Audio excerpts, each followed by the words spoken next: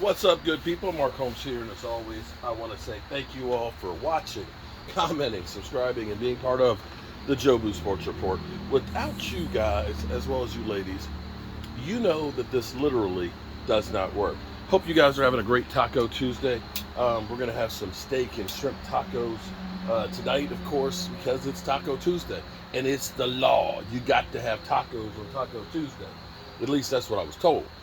So, it's funny, I was talking about the Washington Commanders, and somebody commented on here and said, oh, I thought that this was a Dallas Cowboys channel, and, you got so much content on the Washington Commanders. It's like, you got to understand that we're Americans, for example, right? But you got to understand what's going on around the rest of the world, because what happens around the rest of the world affects us. And the best way to defeat the enemy is by knowing the enemy. So when I talk about, the Washington Commanders and how Ron Rivera has messed up, these are lessons that we can actually learn from. Because, as we say, I hate Mike McCarthy. We should go get a college coach. Well, you got to understand that college coaches haven't been doing real good in the NFL. And that's a lesson that we can learn. And when we think about the Washington Commanders, okay, you think about the Washington Commanders, where they hired Ron Rivera, a lot of people said, oh man, they got Riverboat Ron. That guy, he's going to end up being able to take and make that defense great, And I remember Hawk, my buddy Hawk over there, talking about with Carson Wentz, that team is going to be a great team. We need to fear the Commanders. Well, here's the reality. Washington is a cesspool, and doesn't matter what they do or who they bring in. It's still a cesspool. But we can take and learn from that stuff. So in case you didn't understand that, what happened, Ron Rivera basically threw Carson Wentz under the bus. And I'm not going to say that Carson Wentz has played great, but he's not the only problem that they have. And see, this is where, unfortunately, us Cowboy fans, we look at it and say, well, the Cowboys aren't winning. It's Dak's fault, without looking at the whole picture. Hang on for a second.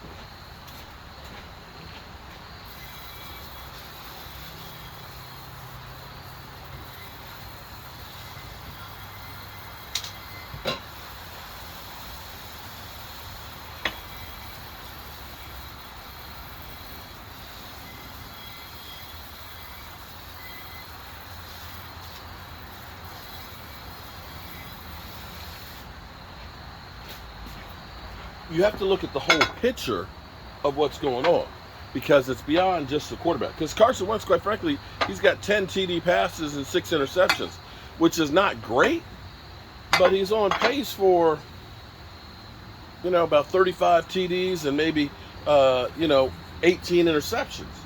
I remember Tony Romo doing, numbers like that, and we looked at it and said, if only our defense had played better, or if we had done, better coaching and stuff. But in general, they're a mess. They are truly a mess. The funny thing to me is where we are as Cowboy fans. We are literally fighting about Dak Prescott versus Cooper Rush. How insane is that we got people that are like, we got a quarterback controversy? No, Washington has a quarterback and team controversy. They ain't got a quarterback. They don't have a quarterback. The fact that we have a guy who has done exactly what the coaches wanted him to do in a backup role, to have us win 4 games in a row, dudes, and we're upset about this? I just don't understand that we literally have people fighting. It should be Cooper Rush. It should be Dak. Oh my God. It's the same thing as like this. We get all bent out of shape, and we listen to all the networks out there that try and create controversy. Okay? They try and create the news. Like Dak versus Tony Pollard. See, here's where you need to understand. It's not Zeke or Tony Pollard. They're really one guy, one role. See, when we had DeMarco Murray in 2014, he got 1,800 yards, basically by himself. And then the Cowboys put him out to pasture to the Eagles. Right? Think of Tony Pollard and Zeke Elliott right now to combine over 600 yards rushing. We're looking at the two of them being around 2,000 yards. That's not a bad thing, guys. Ultimately, here's the thing. Things happen in the NFL, and then there's a reaction to it. It flips the script back and forth, okay? If you are launching the football like crazy, because for a while, it was all about the pass. But the NFL is evolving back to more of being run-centric.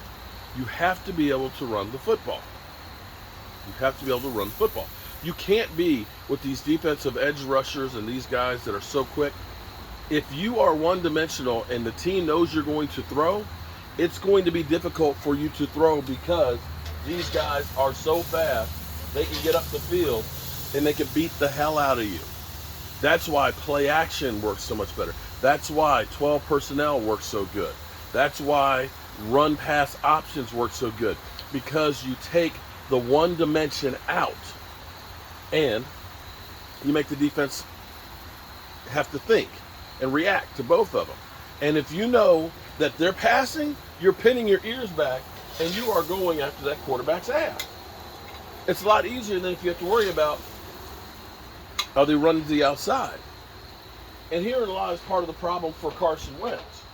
And I'm not here to defend Carson Wentz, but part of the problem for him is they're launching the ball like 40 plus times. They're not using the run. And when you do that, you're putting it all on the quarterback when the defense knows what you're doing. They're going to come after you, and you're going to make mistakes. That's what we did week 1 against Tampa Bay. We were running the ball pretty good. Zeke and Tony Pollard were over 5 yards a carry. But we said, nah, man, we're going to keep throwing against the Tampa Bay Buccaneers. And we looked like ass. Now, we're running the football. And so when I look at Zeke and Tony Pollard running combined, that 170 yards that they had last week, it's like back in the 90s. People don't remember. But pretty much when Emmitt Smith ran for 100 yards, we won. When we weren't getting 100 yards with Emmitt Smith, we lost. That's football, my friends. A lot of things change. But the more they change, the more they stay the same. Peace.